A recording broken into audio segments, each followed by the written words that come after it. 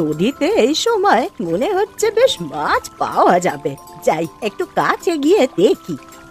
ওই তো পাড়া মাছ দেখা যাচ্ছে, কিন্তু নদীর পাড়টা বড্ড কাদা কাদা হয়ে আছে যে হাঁটতে গেলে পা ফসকে যাচ্ছে। না, যে করেই হোক মাছ কটা আমাকে ধরতেই হবে।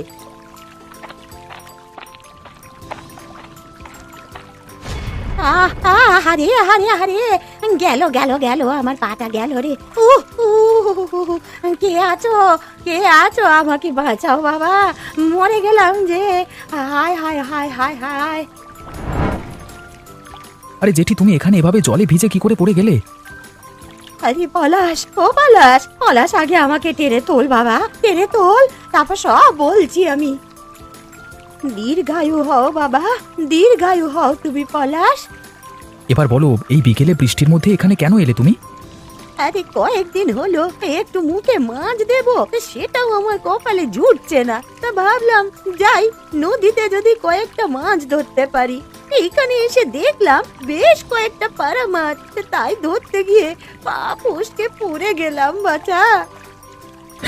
তুমি মাছ ধরতে এখানে কেন? নগেন দাদাকে বললেই তো পারতে, বাজার থেকে তোমার জন্য মাছ নিয়ে আসতো। তোমার বয়স হয়েছে, এই বৃষ্টির মধ্যে তুমি মাছ ধরতে না আসলেই পারতে। সবই আমার কপালের দোষ, বুঝলে না? আমার ছেলেটাকে ওই ডাইনি তাবিজ মাদুলি করে একেবারে নিজের আঁচলে বশ করে নিয়েছে। তারপর ওদের ওই সংসার থেকে আমাকে বের করে দিয়েছে গো। নগেন এখন আর আমার কোনো কথাই শোনে না রে। আমি এখন ওই আলাদাই থাকি, নিজে রাঁধি আর নিজেই খাই। আচ্ছা আচ্ছা, রাখো এখন ওসব কথা, চলো তোমাকে বাড়ি পৌঁছে দিয়ে আসি। বেশ, সেটাই ভালো বাবা, তাই চল। হায় রে হায়, আমার মাছ খাবার লোভই আমার কাল হলো।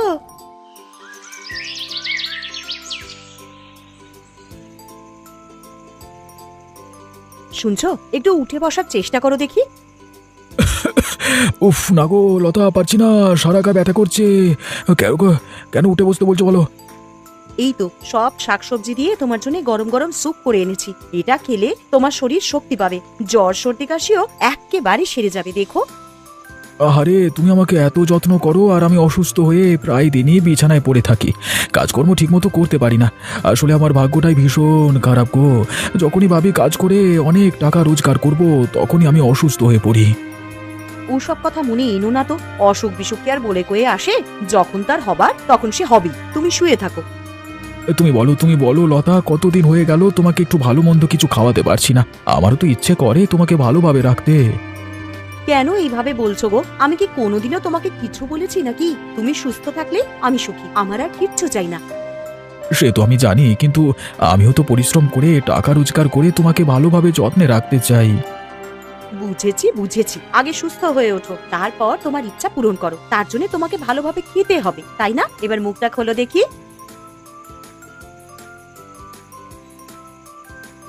বাবারে, তোমাকে অসংখ্য ধন্যবাদ। আজ তুমি সময় মতো না বাঁচালে আমি তো প্রাণ নিয়ে বাড়ি ফিরতেই পারতাম না।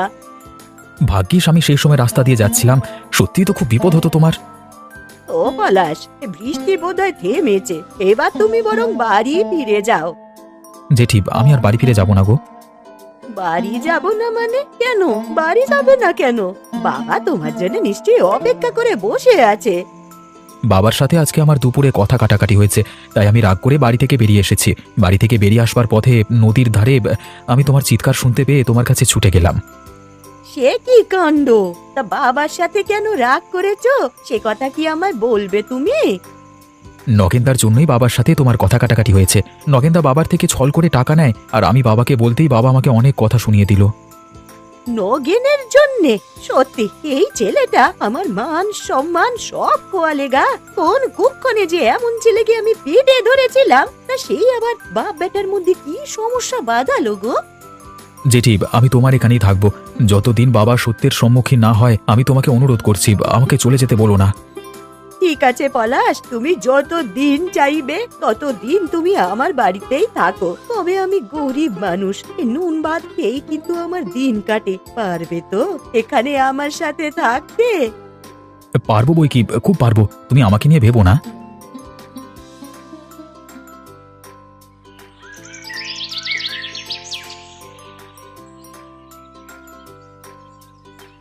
কাকা কি হয়েছে? এভাবে মাথায় হাত দিয়ে কেন বসে আছো? কোনো সমস্যা?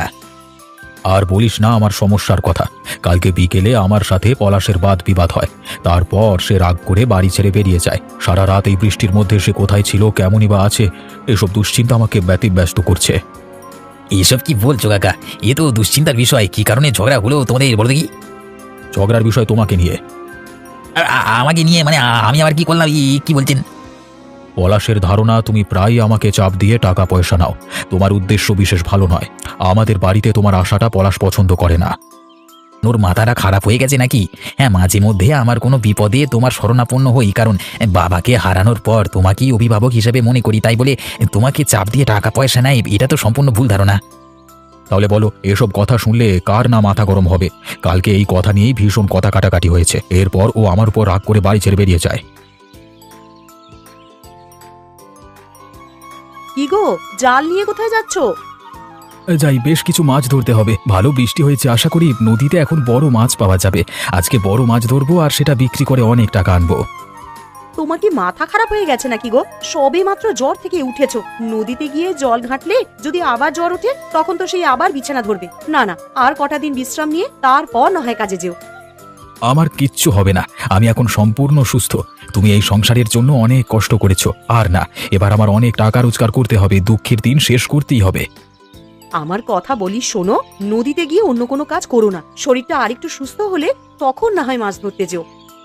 এই সময় নদীতে বড় মাছ নেমেছে। বড় মাছ ধরে বিক্রি করতে পারলে অনেক টাকা আনতে পারবো।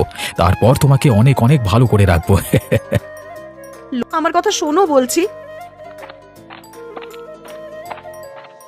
দেখেছো, লোকটা কোনো কথাই শুনলো না। এই মেঘলা দিনে একলা ঘরে থাকে না তো মন, কাছে যাবো কবে পাবো ওগো তোমার নিমন্ত্রণে। এই নে। ওগো, কি হলো তোমার? এত খুশিতে লাফিয়ে লাফিয়ে নাচ করছো যে? লটারি পেয়েছো নাকি? আগে আগে তেমনই বলতে পারো। হে, এমন বুদ্ধি লাগিয়েছি যে এখন থেকে শুধু লটারি আর লটারি পেয়ে যাবো। কি এমন করলে শুনি? ওই যে অবিনাশ বাবু আছে না, ওনার সাথে তার ছেলে পলাশের মাঝে এমন ঝামেলা বাঁধিয়েছি যে পলাশ বাড়ি ছেড়ে চলে গেছে। বলো কি গো, এইটা কিন্তু তুমি ভালো কাজ করলে না। বুড়োটা মনে মনে কত কষ্ট পাচ্ছে বলো তো। এই তোমার এত দরদ আগলে পড়ছে কেন শুনি? এই তোমার সব আশা পূর্ণ করেছি, তার জন্য একটু আধটু তো দুষ্টুমি করতে হবে বলো। তুমি না সত্যি। আচ্ছা এবার বলো তো, পলাশকে ঘরছাড়া করিয়ে তোমার কি লাভটা হলো? পলাশকে ঘর ছাড়া করেছি, এখন অবিনাশ কাকুর মাথা খারাপ হয়ে যাবে। বুড়োর মাথা যত বেশি খারাপ হবে আমি তত বেশি টাকা ওনার কাছ থেকে হাতিয়ে নিতে পারবো, বুঝেছা? তা আগের জন্মে শিয়াল ছেলে বুঝি?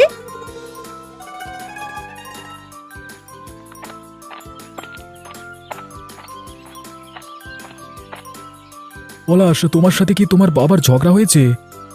হ্যাঁ গোপালদা, কেন বলো তো? তুমি আমাকে একথা জিজ্ঞাসা করলে কেন? আজকে সকালে একটি বড় মাছ ধরেছিলাম, তারপর ভাবলাম অবিনাশ বাবুর বাড়ি গিয়ে মাছটা বিক্রি করে আসি। যথারীতি তোমাদের বাড়ি গেলাম, গিয়ে দেখলাম তোমার বাবা মুখ ভার করে বসে আছে। বাবা তোমার কাছ থেকে মাছটা কিনলো কি? না না, ওনার মুখে শুনলাম তুমি নাকি ঝগড়া করে ঘর থেকে বেরিয়ে এসেছো। তাই এত বড় মাছ নিয়ে উনি কি করবেন, তাই আমাকে ঘর থেকে তাড়িয়ে দিল, এই আর কি। আসলে বাবারও মন মেজাজ খারাপ, তাই তোমার সাথে এমন ব্যবহার করেছে। আসলে ওই নগেনদাই আমার আর বাবার মাঝে ঝামেলা বাঁধিয়েছে। এসব নিয়েই আমার সাথে বাদ বিবাদ ঘটেছে। তুমি মন খারাপ করো না, মাছটা আমিই কিনে নেব। তুমি কিনবে পলাশ? হ্যাঁ গোপালদা, মাছটা আমাকে দাও। এই নাও মাছের দাম।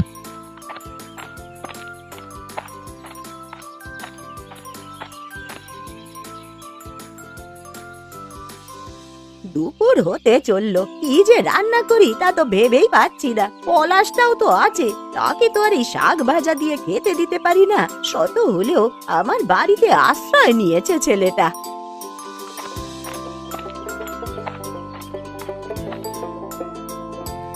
জেঠি, এই দেখো কি এনেছি।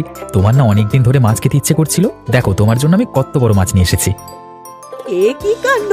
তুমি এত বড় মাছ পেলে কোথা থেকে? আজকে গোপালদা নদীতে একটি বড় মাছ ধরে বাবার কাছে গেছিল বিক্রি করতে, কিন্তু বাবা মাছটি না কিনে গোপালদাকে বাড়ি থেকে চলে যেতে বলে। আচ্ছা, তুমি কাল বাড়ি ফেরোনি বলেই তোমার বাবার মনটাও নিশ্চয়ই খারাপ হয়ে আছে, বুঝলে?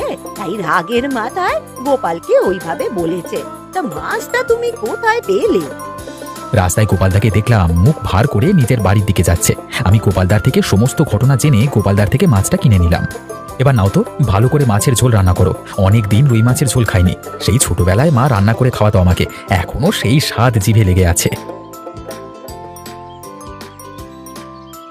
লতা, ও লতা, কোথায় গেলে গো? এদিকে এসো একবার, তাড়াতাড়ি এসো না গো। আরে কি ব্যাপার কি গো, এত চিৎকার করছো কেন?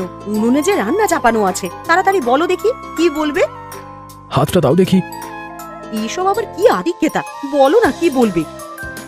এই নাও ধরো। ওমা, এ তো অনেক টাকা, কি করে পেলে গো এত টাকা? আমি বলেছিলাম না তোমায়, আমি বড় মাছ ধরে সেটা বিক্রি করে টাকা নিয়ে এসেছি তোমার জন্য। সত্যি সত্যি বলছো? আজ আমি ভীষণ খুশি গো, তুমি তোমার কথা রেখেছো। জয় মা। জানো, ওই অবিনাশ কাকার ছেলে পলাশ, সেই এই মাছটা কিনে নিয়েছে। আমি তো প্রথমে অবিনাশ কাকার কাছে গেছিলাম মাছটা বিক্রি করবার জন্য, কিন্তু উনি আমাকে ওনার বাড়ি থেকে তাড়িয়ে দেন। বাড়ি থেকে তাড়িয়ে দিল? কিন্তু কেন? পলাশ বাড়ি ছেড়ে বেরিয়ে গেছে, তাই ওনার মাথা গরম হয়েছিল, সেই জন্যই আমাকে ওদের বাড়ি থেকে তাড়িয়ে দেয়। সে কি গো, পলাশ বাড়ি ছেড়ে চলে গেছে? কিন্তু কেন গেল? আমি মন খারাপ করে বাড়ি ফিরছিলাম, রাস্তায় পলাশের সাথে দেখা হলো। ওর থেকে জানতে পারলাম যে নগেন নাকি বাবা ছেলের মধ্যে ঝামেলা বাঁধিয়েছে, তাই পলাশ ওর বাবার উপর রাগ করে বাড়ি থেকে বেরিয়ে গেছে। আরে সেটা তো গ্রাম শুদ্ধ লোকে জানে যে নগেন একটা বদমাইশ ছেলে। ওই তো অবিনাশ কাকাকে উল্টোপাল্টা বুঝিয়ে টাকা কড়ি সব নিয়ে নেয়। যেহেতু পলাশ এই বিষয়টা জেনে যায়, তাই নগেন পলাশকে দুই চোখে দেখতে পারে না। আচ্ছা, এই ব্যাপার। নগেন এসব ভালো কাজ করছে না, পাপের ফল নগেনকে একদিন পেতেই হবে।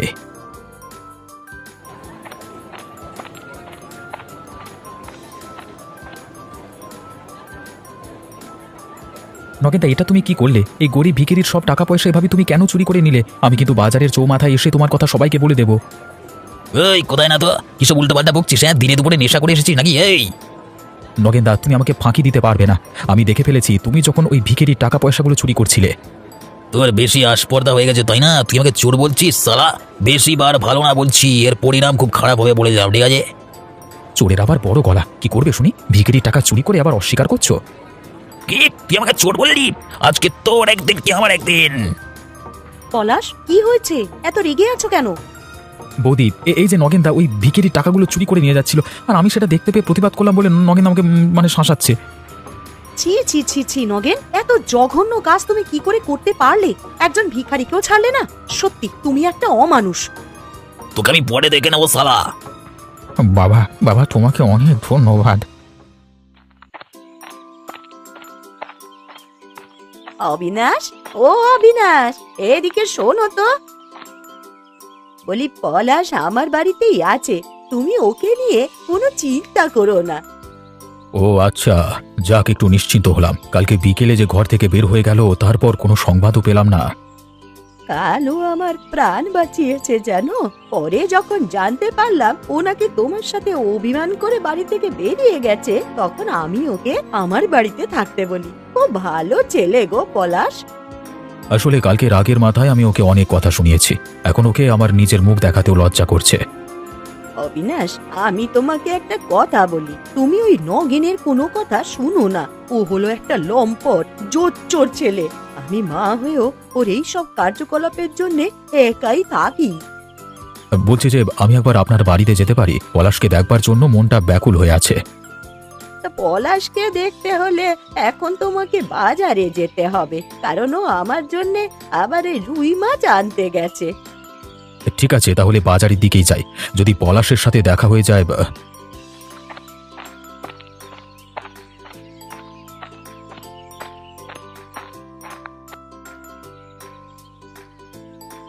ওগো সুন্দরী বউ আমার, একটি বড় ব্যাগ দাও দেখিনি। বড় ব্যাগ? তা বড় ব্যাগ দিয়ে কি করবে শুনি? তোমাকে আজকে বড় রুই মাছ খাওয়াবো, তাই বাজারে যাব। বড় রুই মাছ আনতে গেলে তো অনেক টাকা লাগবে। তুমি কি আবার ওই বুড়োটার কাছ থেকে টাকা ধার করবে নাকি? আমাকে টাকা ধার করতে হয় না, টাকা এমনি আমাকে খুঁজে আমার কাছে চলে আসে গিজি গিজি করে, ঠিক আছে? আমি তোমার অপেক্ষা করব। তুমি বড় মাছ আনলে আমি তোমাকে খুব স্বাদ করে রুই মাছের ঝোল করে খাওয়াবো। বাবা, চল চল, বাড়ি ফিরে যাবি, চল। আর রাগ করে থাকিস না আমার উপর। বাড়িটা ফাঁকা ফাঁকা লাগছে তোকে ছাড়া। যা হয়েছে ভুলে যা, মাথা গরম করে অনেক কথা বলে ফেলেছি তোকে, কিন্তু আমার উদ্দেশ্য তোকে দুঃখ দেওয়ার ছিল না রে পলাশ। না বাবা, তুমি আমাকে এত কথা শুনিয়েছো, ওসব কথা এখন আমার মনে গেঁথে গেছে। আমি তোমাকে নগেনদার আসল রূপটা দেখাতে চেয়েছিলাম, কিন্তু তুমি কোনোভাবেই আমার কথা বিশ্বাস করতে পারছো না। একদিন দেখবে সত্যটা যখন সামনে আসবে না, তখন তুমি বুঝতে পারবে। কেন ওসব কথা এখনো বুকে নিয়ে বেড়াচ্ছিস? ঠিক আছে, এখন বাড়ি ফিরে চল। আমিও চাই নগেনের বিষয়ে সকলের যা ধারণা সেটা বাস্তবে কতখানি সত্য সেটা জানতে। না বাবা, ওইসব কথা আমি কখনো কোনোদিন ভুলতে পারবো না। তাই আমার পক্ষে এই মুহূর্তে বাড়ি ফিরে যাওয়া অসম্ভব, যতদিন না তুমি সত্যের সম্মুখীন হও। ও মা গো, বাবা গো, মরে গেলাম, মরে বাবা, মারতে রে বাবা, ছেড়ে দে। কি হয়েছে? কি এভাবে মারছেন কেন? আমার কাছ থেকে টাকাগুলো চুরি করে নিচ্ছিল এই লোকটা। আর আগেও একবার ঘটনা ঘটেছিল, তখন এই ছেলেটা আটকে ছিল, এই ছেলেটা। পলাশ? তাহলে পলাশ আমাকে এতদিন ধরে নগেনের বিষয়ে যা যা কথা বললো তার একটাও মিথ্যে কথা নয়। নগেন, সাবধান। একটা কথা আছে না, একজন কামারের একটি মাত্র আঘাত একজন স্বর্ণকারের 100 আঘাতের সমান। তোমার জন্য আজকে এই কথাটা প্রযোজ্য, বুঝলে? আমাকে আপনারা ক্ষমা করে দিন অবিনাশ কাকা, আমি ভুল করেছি। আজকে থেকে আর কোনো দিন এসব কাজ করবো না, কথা দিচ্ছি। বাবা বাবা, আমি আমার ভুল বুঝতে পেরেছি বাবা, এবার ঘরে চল। যাবো বাবা, তার আগে গোপালদার থেকে বড় রুই মাছটা কিনে জেঠিকে দেব। তারপর জেঠি মাছটি রান্না করবে আর আমরা একসাথে মজা করে খাবো, তারপর বাড়ি যাব। বেশ বেশ, তুই যেভাবে বলছিস ঠিক তেমনই হবে।